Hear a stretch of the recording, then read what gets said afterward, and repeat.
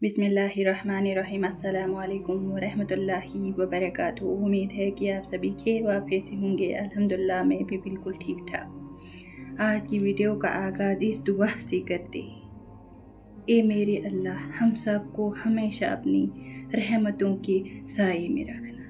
ज़ाहिरी, बातिनी, रूहानी और जिस्मानी तकलीफ़ से हमेशा महफूज रखना और अपने अलावा हमें किसी और का मोहताज न रखना। आमीन या रब्बुल आलमीन। कम से कम एक मर्तबा कमेंट में आमीन लिख दीजिएगा। क्या पता हम में से किसकी आमीन कबूल हो जाए। सच बताओ, आप भी ये सोच कर सो जाते हो ना, कल से तहज्जुद पक्का, और फिर अलार्म बजता है और हम कंबल के अंदर ही रह जाते हैं। मेरे साथ भी पहले कई बार ऐसा हुआ है और फिर हमें लगता है तहज्जुद सिर्फ स्पेशल लोगों के लिए है। तो आज का वीडियो उन सब के लिए जिनकी कोई स्पेशल दुआ अधूरी है और वो सोचते रहते हैं कि कौन सा वजीफ़ा ऐसा हो कि जो फ़ौरन हमारी दुआ को कबूल करे। तो मुझे कमेंट में भी ऐसा आया था कि अब भी कोई ऐसा वजीफ़ा बता दे जिससे हमारी दुआ कबूल हो। तो अगर आप अब तक तहज्जुद तक नहीं पहुँचे तो ये समझ लो कि आपको उस चीज़ की ज़रूरत ही नहीं।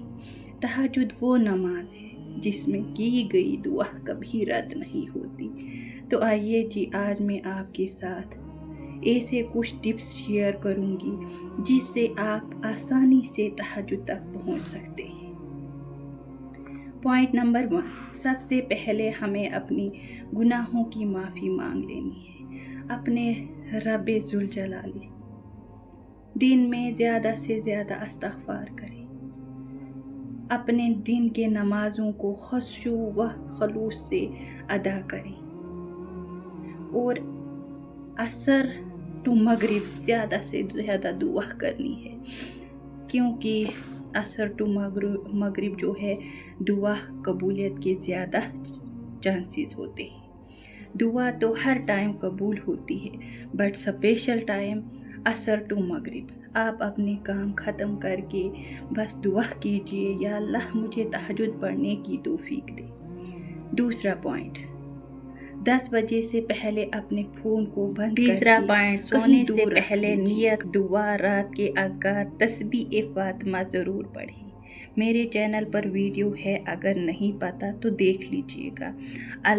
चौथा पॉइंट, अलार्म फजर से 1 घंटा पहले लगा लें और फ़ोन कहीं दूर रख लीजिएगा ताकि आपको उठकर फ़ोन को बंद करना पड़े।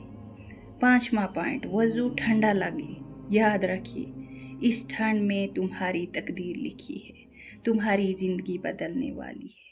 6वां पॉइंट, 21 डे का चैलेंज ज़रूर रखिएगा, क्योंकि उसके बाद आप खुद ब खुद तहज्जुद मिस नहीं करेंगे इंशाअल्लाह।